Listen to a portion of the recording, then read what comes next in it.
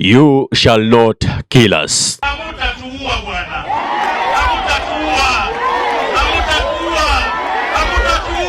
Ruto one term.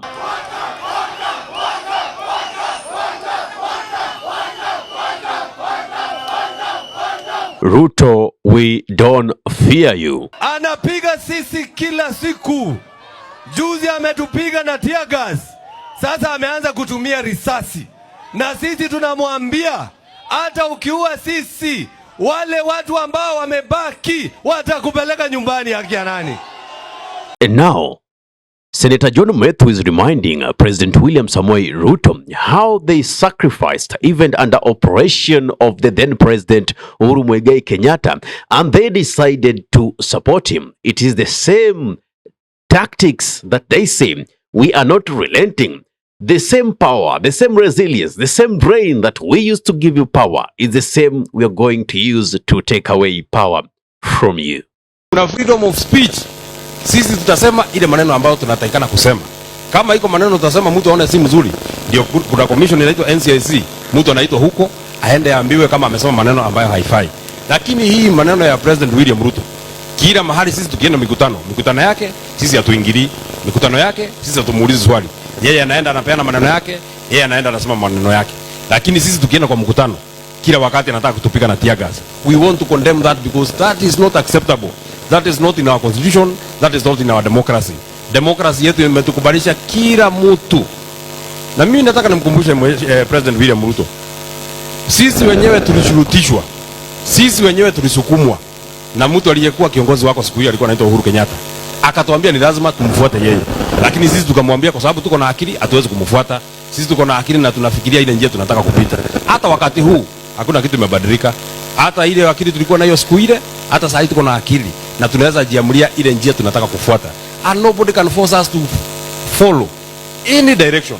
Ile direction sisi tumependa kufuata, hiyo ndio tunafuata. Jambo la pili, ningetaka nimkumbushe Rais William Ruto. Serikali yako na serikali yetu, kwa sababu tulichaguliwa pamoja, imeumbwa kwa misingi ya Kikristiano. Imeumbwa kwa misingi ya maombi.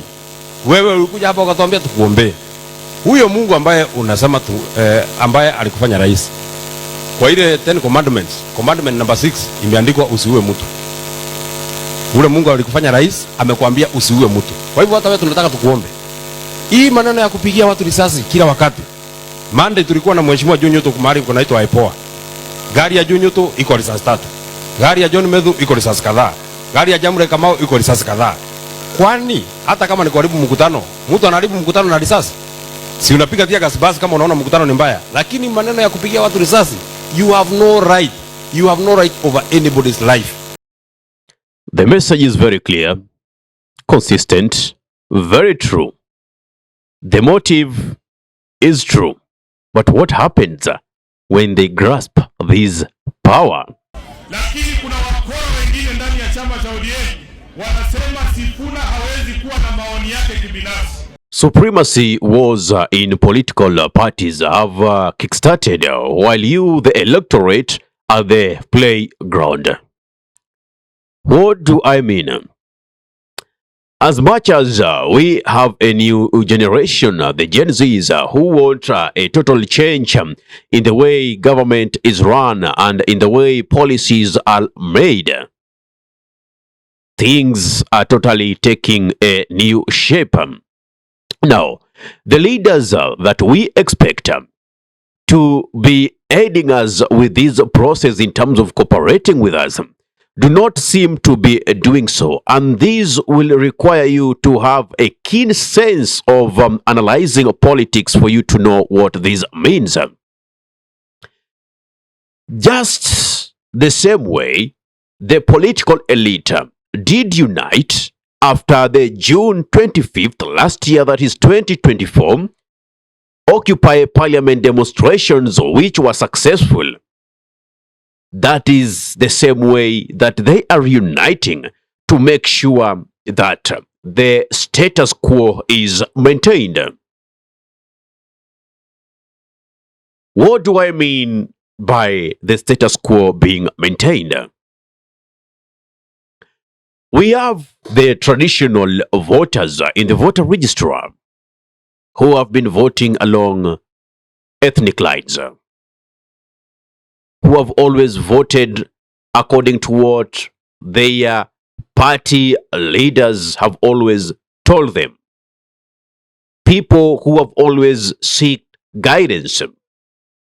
People who are always afraid of the regime. People who cannot try go against the regime. And if you see them in demonstrations, they are in aid of a specific leader to get whatever portion he wants in government, whereas themselves languish in absurd poverty. It is happening right before us again. We did see a meeting to empower women in Tanzania County in an area known as Luhome, whereby we had ODM members like the SG himself, Edwin Sifuna, and also Caleb Amisi. You will not kill Sifuna. You will not kill Caleb Amisi. Hawa ni maiti walikufa kitambo. Hamtakuwa mnaua mtu, mtakuwa mnaua maiti. We must stand for a new republic of Kenya. Na hiyo hatubahatishi. Wakenya mko tayari? Mkome mko tayari? That is how they spoke. Apart from that, we also have Gavoni Wamushomba, who is aligned to Rigathi Gachagua, not yet a confessed member of the DCP party, but still to a greater percentage supports Rigathi Gachagua in the same meeting that Sifuna was there and Caleb Amisi was there.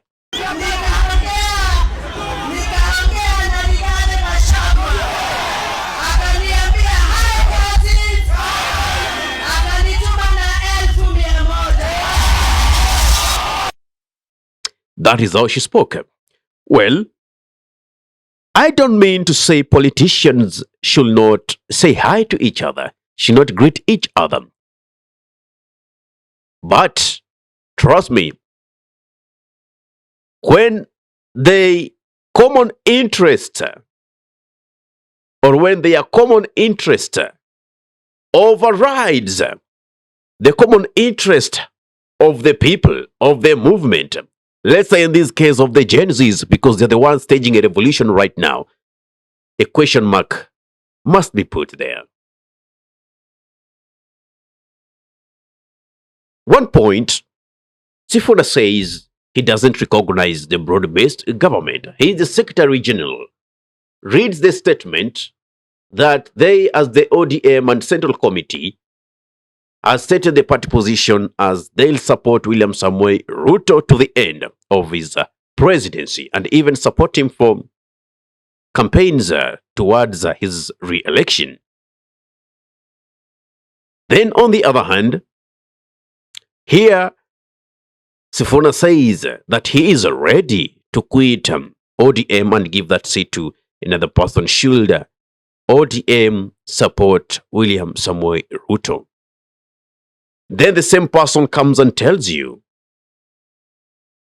his position has not changed.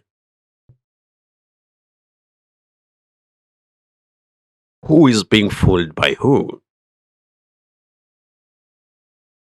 This means that leaders, both within the government and outside the government, want to make sure that the seasoned politicians, no matter who takes a leadership, it should come from those seasoned and traditional politicians, so that there will not be a regime change, so that there will not be a system change. Why? That will expose the atrocities they have been committing over time. That will expose the wrongdoings they have been doing for a long time. And who knows, most of them might end in jail. Corruption, nepotism, ethnic biasness. You understand? Utterances that could put this nation asunder. Utterances that could crumble down Kenya. Most of them will be found behind bars. And the reason why that is not happening is because of the maintenance of the status quo ever since independence. Jomo Kenyatta, to Moi Kibaki, Uhuru Kenyatta, and now to Ruto. No regime change.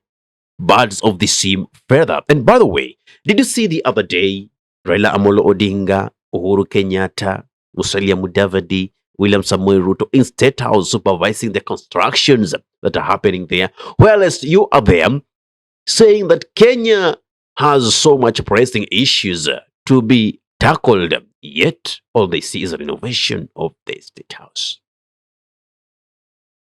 And now here are leaders. Let me tell you one thing. I wouldn't declare my support for Rigathi Gachagua or DCP for that matter. Neither would I declare my support for Raila Amolo Odinga and ODM. Or would I support the government of the day, UDA? Do you know why? They are the same people. They are the same people. They will come, pretend that they are uniting. Of course, we shall see them uniting, wanting to remove William Samoei Ruto. But even if they remove William Samoei Ruto, the person who will be holding that seat will still be a puppet. Will still be someone who will continue with the legacy of abductions. Will continue with the sanctioned abductions, extrajudicial killings. They'll still go on. Just like Fred Matiang'i tried to excuse himself by saying he left the files open, the government of the day should continue with the investigations. That is the same way the CS for Interior right now will tell us in the coming years if he wants to vie for the top position. When questions are asked, they will never lack answers and they'll always try to request themselves off the allegations. Therefore, Kenyans, if we fall for this trap, the way I'm seeing we falling for that trap, there is no regime change coming soon. None whatsoever. Therefore, use your eyes to see what's happening. Use your brain to analyze them. Trust your conscience. It will never lie to you. Ask yourselves, all of a sudden, ODM has become so good to allow members speak their voices. Or all of a sudden, ODM has realized that demonstrations on the street are not good and dialogue is the best way to handle the situation. Or all of a sudden, DCP leaders or the ones allied to DCP have seen it wise to unite with those from ODM to assist them get Ruto out of power. All of a sudden. No. Those are political calculations. You know, these politicians are like pigs playing in mud. They don't fear to be smeared in the mud. They don't fear to be Dutchified in the mud, because at the end of the day, they will always have their way out. You, as a common mwananchi, you try to get in their way, they shall unite to stop you because you are their meal. The moment you are divided along tribal lines, then they get their way, then they get their power. But if you are united, you speak one voice, a people united shall never be defeated, then they lose their power. I don't know what's your current take on this. I don't know what you think about this. It is always the games that these politicians will continue to play to make sure they get their way into power. Give me your take in the comment section below. If you love content of this nature and you're watching from our YouTube channel, kindly subscribe and press the notification button. So anytime that we are live or we upload content of this nature, you'll be the very first person to be notified. Ahmed Khalif is my name for the Unscripted Talks here in Dub Radio. Assalamu alaikum warahmatullahi wabarakatuhu. Kwa timba kali za Afrika, Dub Radio ndio mpango mzima.